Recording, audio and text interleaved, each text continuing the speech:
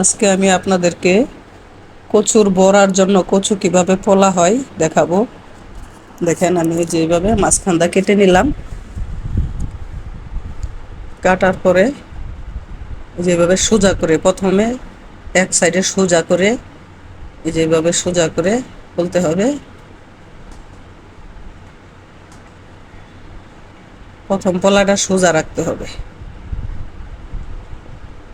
পরের সাইড ঘোরায় একটু কড়াইটা বা একটু তেস্তা ভাবে দিলেই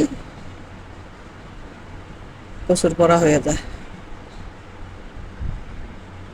মানে একটু সামান্য উল্টাইয়া সামান্য একটু হয়ে যায়। এই যে দেখেন, আমার যে পরে যে বলছি ওইগুলো আরো সুন্দর হয়েছে।